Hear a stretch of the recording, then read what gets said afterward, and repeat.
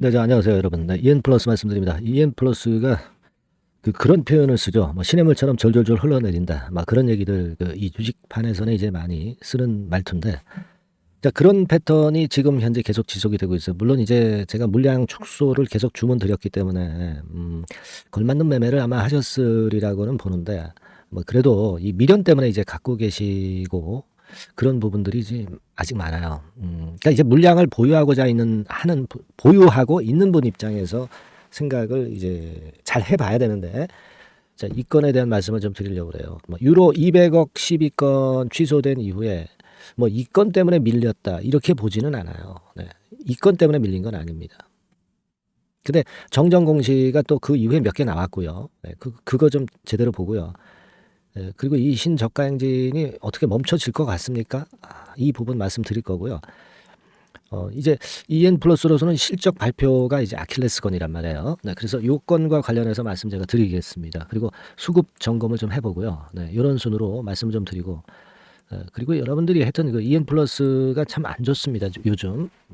그거는 아마 객관적으로 인정을 하실 건데, 요거 외에 이제 다른 종목을 이제 한다면 매집주를 한번 해보실 필요가 있고, 네, 요거는 제가 영상 후반부에 말씀을 좀 드리니까요. 네, 이 부분 참고하셔서 활용하시기 바랍니다. 자, 그러면 먼저 EN 플러스 말씀을 좀 드리는데, 유로에 CB가 200억이 있었는데 이게 돈이 안 들어왔잖아요. 그래서 이거 취소를 했어요. 근데 이게 원래 안 들어올 거였어. 납입 기간 자꾸 연장시키고. 그러니까 이것이 EN 플러스에 영향을 줬다. 저는 그렇게 보지는 않습니다. 뭐 좋을 거는 없지만. 그죠? 네.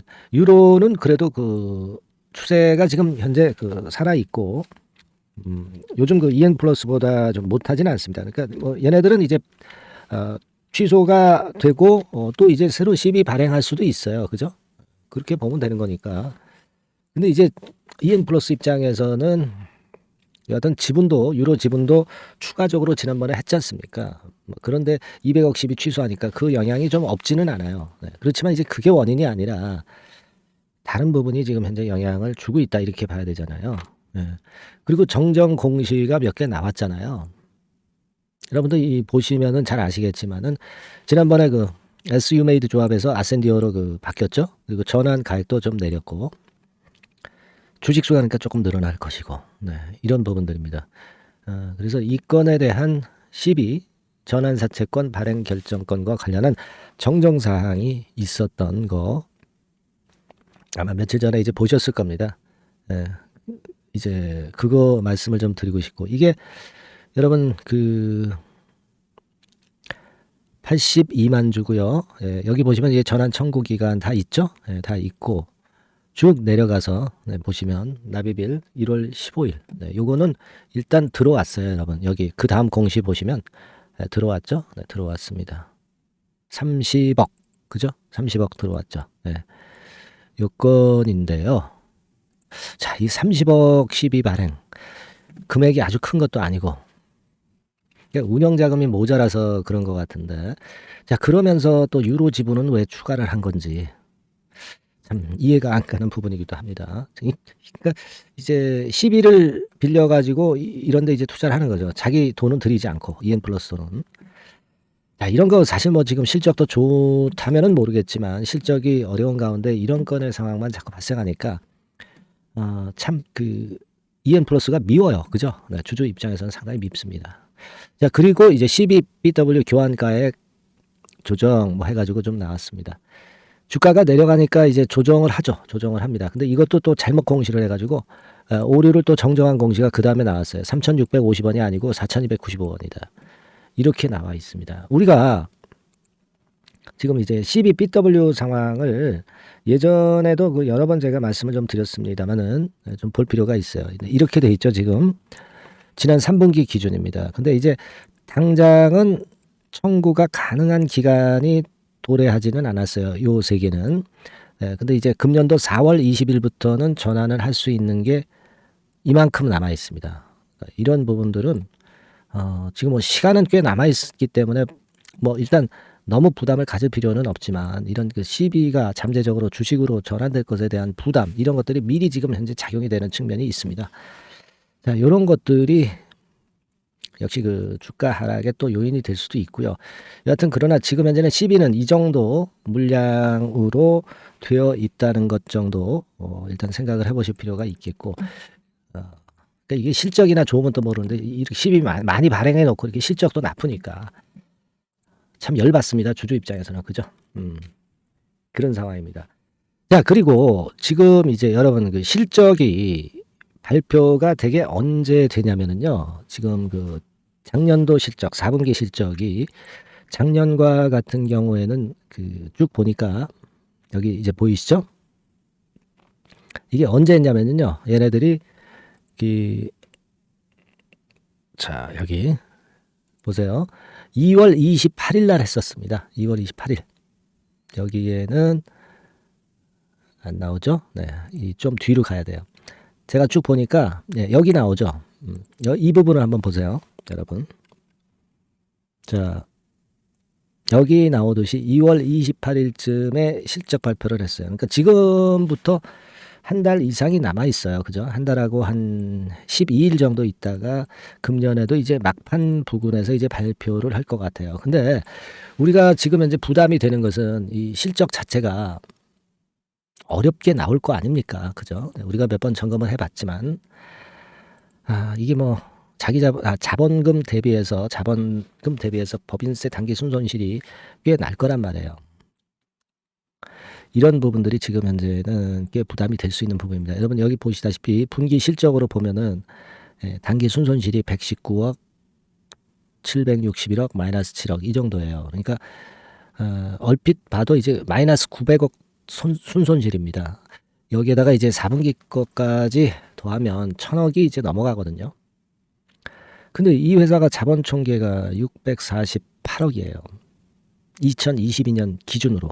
자, 이거에 대비해서 이런 정도라면은 자, 뭐 일단 그 여러 가지로 불이익을 많이 받을 수 있어요. 뭐 관리 종목 편입이라든가 또는 어떤 감사 의견에서도 좀 안 좋게 나올 수도 있고, 네, 이런 부분들 우리가 우려하지 않을 수가 없는 거예요. 그러니까 주가가 이렇게 자꾸 내려가는 거거든요. 그래서 제가 이런 부분들을 미리미리 짚어드렸어요.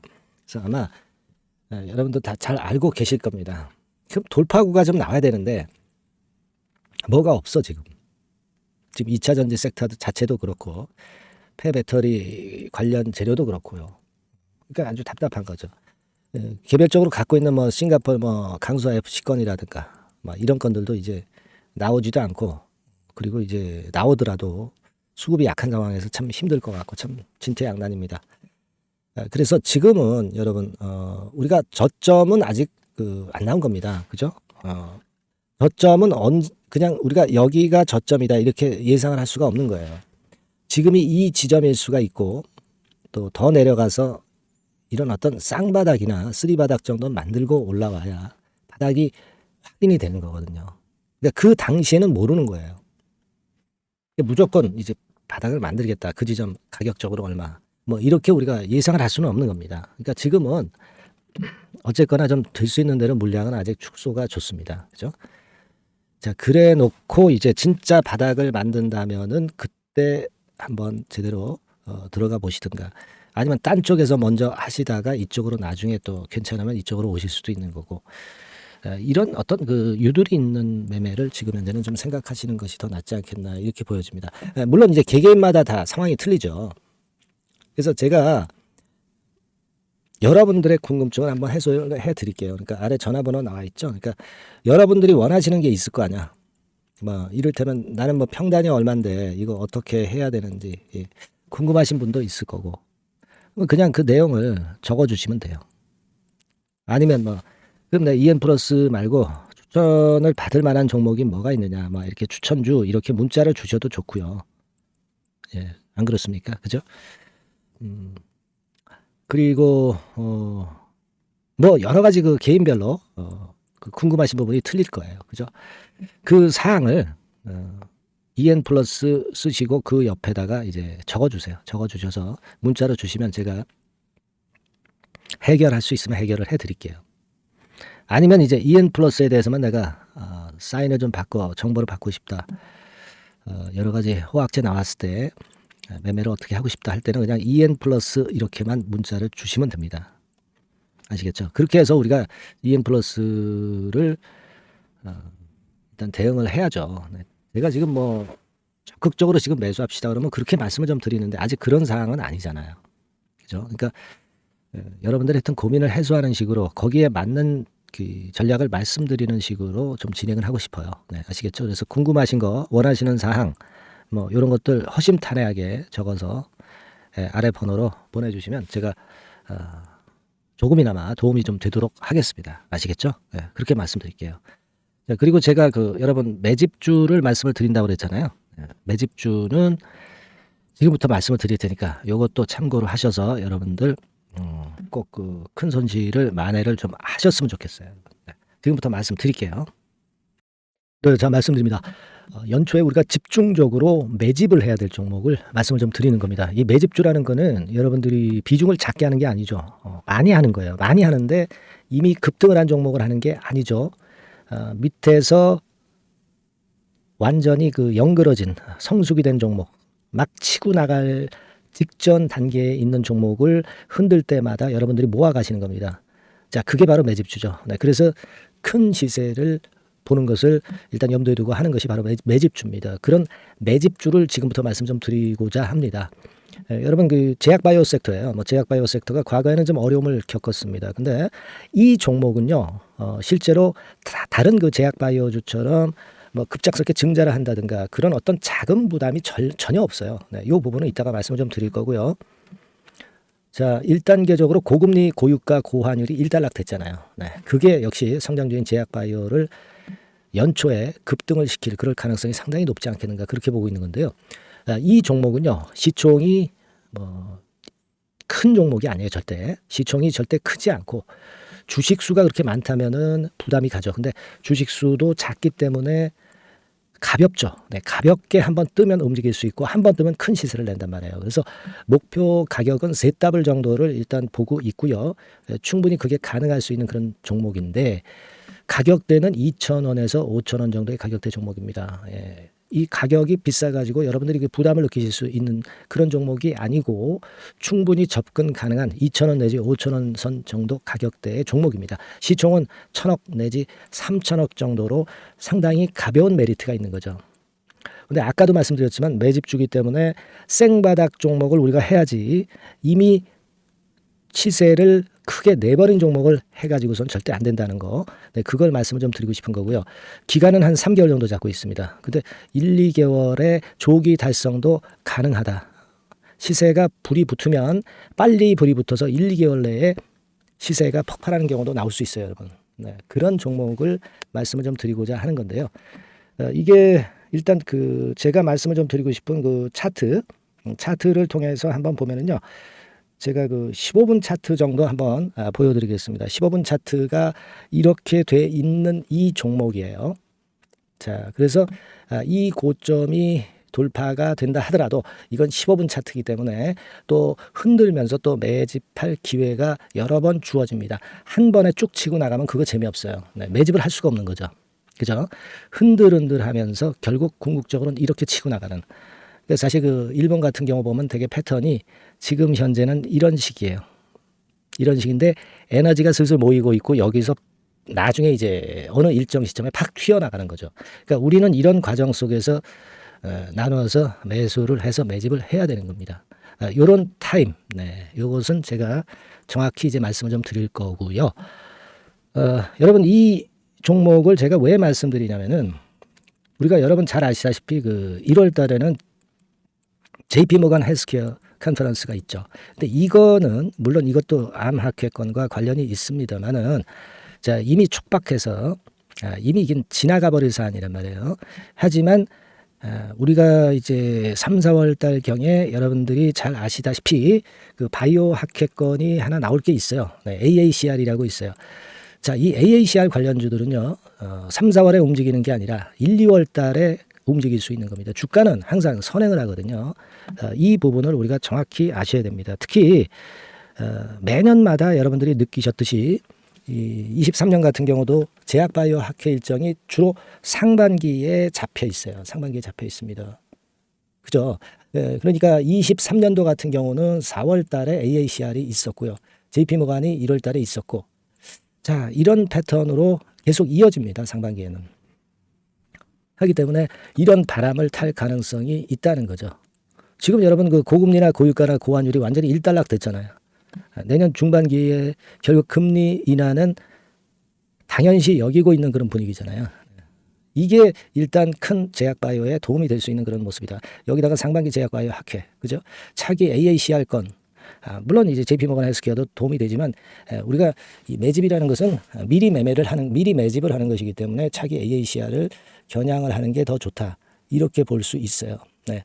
그리고 가장 특징적인 이 종목의 특징은 항암 치료제와 관련해서 독점적 원천 기술을 보유하고 있습니다. 이게 큰 거죠. 여러분 항상 어떤 종목을 볼 때 이제 독점적, 독과점, 국내 유일, 세계 유일, 네. 이런 건이 붙은 그런 기술을 갖고 있는 기업들은 한번 실현하면 크게 납니다. 그래서 ZW이 가능하다. 이렇게 말씀을 드린 거예요. 차트상으로도 확인을 제가 해봤습니다. 네. 자, 요런 종목입니다, 여러분. 네, 그렇기 때문에 여러분들이 이런 종목을 한번 집중적으로 나눠서 살금살금 여러 차례 걸쳐서 나눠서 매수를 해야 되겠고, 제가 그 매수 타임 같은 경우는 지속적으로 말씀을 좀 드릴 거예요. 네, 요거 여러분들 그 원하시는 분들이 분명히 이제 계실 겁니다. 네, 그런 분들은 상단에 전화번호 보이시죠? 네, 거기에다가 매집이라고 문자 한 통 보내주시면 돼요. 네, 매집이라고 문자를 보내주시면 제가 순차적으로 말씀을 좀 드릴 거고요. 이게 뭐 매수만 해서 끝나는 게 아니라 매수만 하라고 그러고 그냥 끝나는 게 아니라 집중적으로 우리가 중간중간 이제 매수할 타이밍을 말씀을 드릴 거고, 그리고 끝까지 매도를 하는 시점까지 정확히 말씀을 드려서 끝매집을 할 거예요. 여러분이 꼭 이 종목으로 대박 수익을 좀 냈으면 좋겠다 하는 생각이고요. 제가 최선을 다해서 도와드릴 겁니다. 매집이라고 문자 한 통만 주시면 제가 최선을 다해 보겠습니다. 물론 100% 무료니까 부담 느끼시지 마시고요. 주시면 제가 최선을 다해서 여러분들 도와드리겠습니다. 아시겠죠? 예. 자, 대박 한번 내세요. 네, 감사합니다.